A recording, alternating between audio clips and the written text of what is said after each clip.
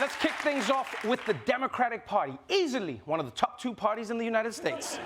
As you know, Democrats lost control of the House in last month's midterm elections. And as they get ready to be in the minority, they're making some big changes at the top.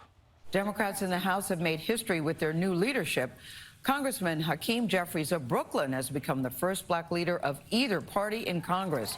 He will take over from Speaker Nancy Pelosi, who, as you know, is remaining in the House after stepping down from the top job. Jeffries is 52, 30 years younger than the outgoing House Speaker Nancy Pelosi. A leader with a style all his own and a penchant for weaving in the legacy of hip-hop. That is why we are here, Mr. Sekulow. And if you don't know, now you know.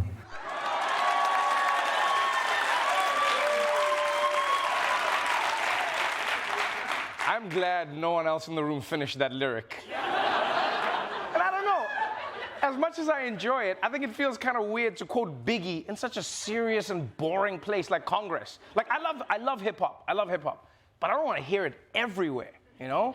Yeah, like I don't want my doctor shoehorning that shit in. So, Mr. Noah, what are your symptoms? Palms sweaty, knees weak, arms are heavy? Please take this very seriously, I'm very ill. But that's right, after 250 years, America finally has a minority leader, which is amazing.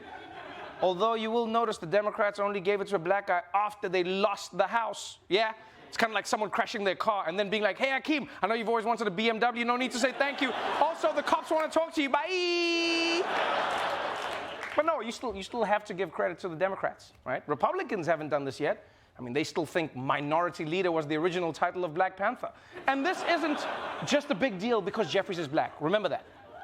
This also marks a shift for the Democrats to a much younger generation of leaders. Although, again,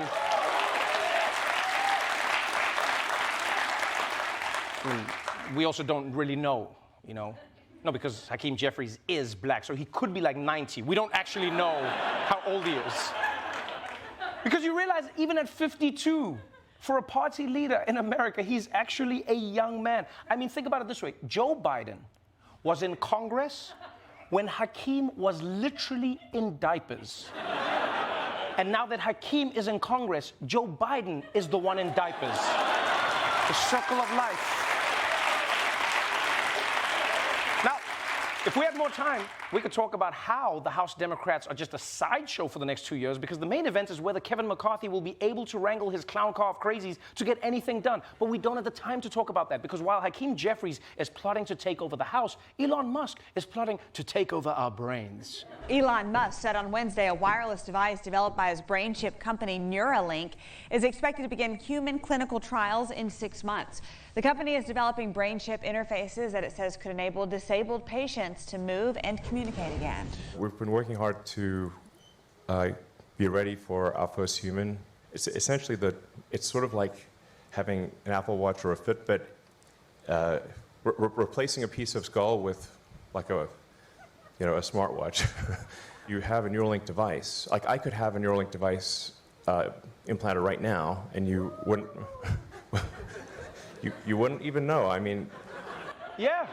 Yeah, Elon, if you told us you were a part robot, all of us would be totally surprised. We'd be like, I never saw that coming.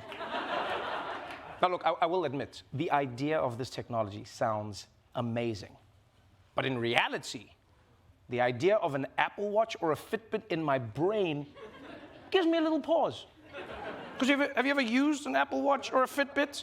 When it messes up on my wrist, I'm just like, ah. When it messes up in my brain, then what? All of a sudden, I'm on Alex Jones praising Hitler for inventing the microphone? Is that what's going to happen? I'm just like, ah. And secondly, if I'm going to get a chip in my head, I don't know if I want Elon Musk to be in charge of it. You know? Like a year ago, I would have been like, the Tesla guy? Maybe. But now I'm like, the Twitter guy? I'll pay him $8 to stay away. Now, if we had more time, we could talk about how Elon previously promised that his brain chip would be ready for human trials 3 years ago, or how he promised that Teslas would be self-driving by 2017, or how he'd build a high-speed underground train by 2020, or how he'd land on Mars by 2022. Basically, this dude is a guy in a strip club making it rain with IOUs. But we don't have time to talk about the techno king, because some real royals have just rocked up to America's shores. It was a royal welcome for the Prince and Princess of Wales Wednesday on their first U.S. visit in 8 years. Here to present the Earthshot Prize, which honors environmentalists. They kicked off the trip by helping turn Boston City Hall green. Catherine and I are absolutely delighted to be with you today for our first engagement in the great city of Boston. The couple also took in an NBA game courtside, watching the Boston Celtics beat the Miami Heat. And then they hold this big star-studded event on Friday night where they're going to hand out 5 prizes worth more than $1 million each to folks who are trying to tackle the climate crisis. Okay, first of all, Prince William is clearly a liar, right? No one has ever been delighted to be in Boston in December. December? What are you excited for? Oh, I love chapped lips and getting thrown up on by Patriots fans. How peachy. You've been there in December? And you might be saying, no, Trevor, they're having a good time. They even have courtside seats. You think these people are impressed by courtside seats? The man's regular seat is a throne. This man has never sat on a folding chair in his life. He's probably like, look at this thing. This chair has a mouth or something, Kate. Now, if we had the time, we could talk more about how great it is that Prince William and Kate are awarding money to people who are trying to solve climate change, or how shitty it is that they ignored my idea to plug in a bunch of air conditioners near the glaciers. Would have worked. But we just don't have the time for that, because while these royals are having fun in America, the royals back home in the UK are not having a good time at all. Overshadowing the trip, controversy back at Buckingham Palace. The prince's godmother, Lady Susan Hussey, resigning amid accusations of racism. Ngozi Fulani, the founder of a women's nonprofit and a black woman born in the UK, says Tuesday at the palace, Hussey repeatedly asked where she was really from, implying she wasn't really British. Ngozi Fulani tweeting the exchange, which reads in part, "What nationality are you? I am born here and am British. No, but where do you really come from? Where do your people come from?" Hussey also asking, quote, "What part of Africa are you from?" after Ngozi said she was from London. Tonight, an eyewitness describing her shock at the exchange. If Ngozi was a white woman, that line of questioning wouldn't have taken place. People, how many times do we have to go through this?